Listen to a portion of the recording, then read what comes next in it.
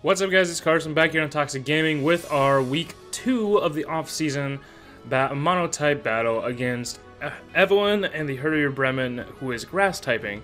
And as you can tell, we have a very good matchup with this, especially with really one mon in particular. But as you can see on our screen, we have Charizard or Charizard X, Fletchinder, Infernape, Rotom Heat, Victini, and Entei coming through. I'll run through a real quick little team thing of what how I built these teams. Mega X, Charizard X is really different compared to usual Charizard X at the moment for this one. It's a Sleep Talk, Flame Charge, Roost, and Flamethrower, a special Charizard X. Now the reason I did that is because of Iron Barbs and Okaberry type thing with what do you call it, with Feral Thorn. Didn't want to take that damage back. I could avoid that completely by using Mega Charizard X 130 base special attack. It's still 130. It's still pretty damn good with Flamethrower and be able to one-shot it. If I needed to, I could work around Chestnut being the Spiky Shield variant. Just not having to take that physical recoil damage from any Rocky helmets or things like that and make Charizard live longer. Sleep Talk for any type of weird sleep powder shenanigans that might have happened. And then Flame Charge and Roost. Roost just to heal, and Flame Charge, hey, I need to get, like, they have a Focus Sash. Oh, they live on 1. Well, let's get a quick hit kill and get a boost in speed and keep going. But he's basically a Timid Nature, max special attack, max speed, just to outspeed as much as I could, Choice Scarfers and all of that. Next we have a Fletchinder with no item at all, and Gale Wings with Acrobatics, Protect, Roost, and Swords Dance. All attack and all HP, no speed necessary with priority acrobatics, and boosted without the item.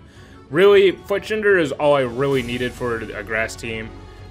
No one's going to be able to really kill me with anything, bar a Rock Tomb, a random Hidden Power Rock, which is why I brought Protect to see if they would have had that, and so I could switch out to something else and let that die instead. And I had a Roost if I needed it, and Swords Dance if I scared them out and was able to get a free Swords Dance up so that everything died to Acrobatics. Basically, Fletchinder could handle it. It was just I wanted that little bit of protection with Protect, Roost, and Swords Dance to keep it going. And then we moved on to Infernape, which was our counter Choice Scarfer with his own Choice Scarf, and mixed Infernape with Flamethrower, Gunk Shot, U-Turn, and Vacuum Wave.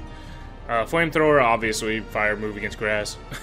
Insert fire move here, pretty much. And then we had Gunk Shot for the Whimsicott specifically, just in case I wanted to, get something really strong against that Whimsicott and kill it and one-shot it when I didn't think Flamethrower would. If he was specially defensive for any reason. U-turn for a little bit of initiative, switch out if I needed to, and still super effective. And then Vacuum Wave to clean up if I needed to and got my scarf knocked off by anything. I had priority if I needed it. Then I went Rotom Heat with a White Herb, and basically the White Herb was so I could have 2 Overheats back to back and kill 2 things. With Volt Switch, Thunderbolt, Pain Split, and Overheat. The Thunderbolt and stuff was, in my mind, it was for the Ludicolo, but I keep forgetting that it's neutral. I keep on thinking Ludicolo is going to be weak to electric rather than fire. I don't know. It just sounds stupid in my head that I keep thinking it's neutral. But then we got Victini next. Charcoal Victini with V-Create, Flame Charge, Sub, and U-Turn. U-Turn, again, just a little bit of switch initiative. And then the Sub, pick that up and be able to take almost any attack. Flame Charge to boost my own speed, and then V-Create to kill things. That's what Victini is going to do. And then Entei was actually, if on this entire team, if there was one mon I really didn't give a shit about dying, it was Entei. And so I put Assault Vest on him to try to take a hit or two, with Sacred Fire, Iron Head for the Whimsicott, Extreme Speed for priority, and then Facade for any type of paralyzing or poisoning shenanigans. If I wanted to, I could do like something like that. But Entei was the most expendable mon.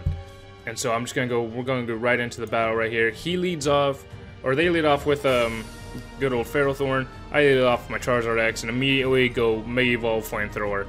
They have the Sash, boom. That's what's happening. He gets the rocks, they get the rocks up and everything, so that's understandable. And I get the Flame Charge, so I get that boost. Take the Iron Barbs damage, I get that boost in speed.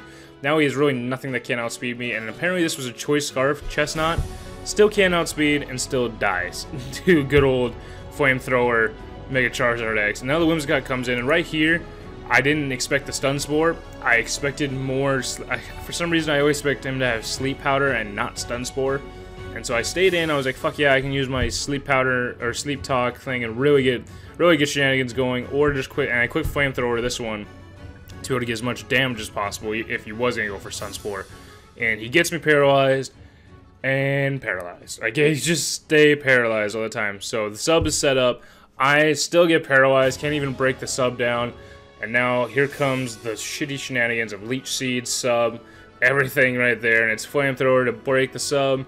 He gets his health back. I'm gonna be dying pretty soon with the combined efforts of having to break a sub and then Leech Seed back. Potential of getting paralyzed and then getting hit by a Moonblast and all that. And so what I simply decided here is to switch out, going into Entei. Again, Entei was the one to fodder off if I needed to. If I could get a kill with him, I would be great. And he gets the sub up, this Whimsicott, and I end up E-speeding to get rid of the sub. I get Leech Seeded first.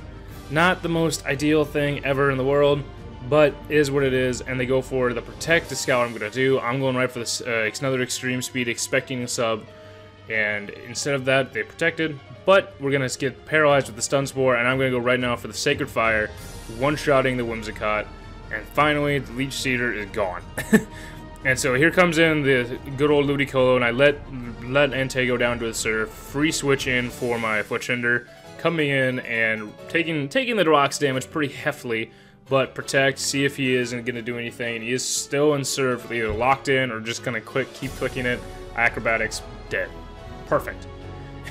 Exactly what Fletchinder was designed to do. And so now with this Leafeon, I roost up on the Leafeon to see what it's going to try to do to me, and he goes for the knockoff. Useless a little bit because I have no item. Go for the Acrobatics, doesn't kill. And then the Swords Dance comes, and I'm like, oh shit, okay, I'm going to protect one more time, but he goes for Endure instead, going for that to be able to live that next attack, and now I just go for the Acrobatics to kill, trying not to play around anymore. Something pretty simple along those lines, and finally the Tropius comes out. I roost to get my health back, then I get Substitute set up, and I'm like, oh god, another one of these, just like the Whimsicott. I just have to click Acrobatics until I can basically kill the thing. The Leech Seed comes out again, and right now I knew I could kill, but here's the Protect to get me even more Leech Seed health back. And I'm sitting here like, is he really gonna Protect stall me out? Like, really kill that way, and the Acrobatics one-shots. No worries with Fletchinder. I didn't know for sure if it was gonna one-shot after he got to 99, almost 100%. If he would have had a sash, then it would have been even less ideal. But you see, well, basically, just the matchup was not in their favor. It wasn't ours pretty heavily. So anyway, go check out everyone's channel. It's all down below. Check out everybody that's going to be in these battles. I believe next week we face Shroom Raver, our fellow from the Drunk Walk, and he's going to be normal typing. So it was going to be a really, really tight battle. So thank you guys for coming out. If you liked the video, go ahead and click that like button and all that. I'm Carson. This is Toxic Gaming, and as always, you guys stay toxic. We'll see you guys.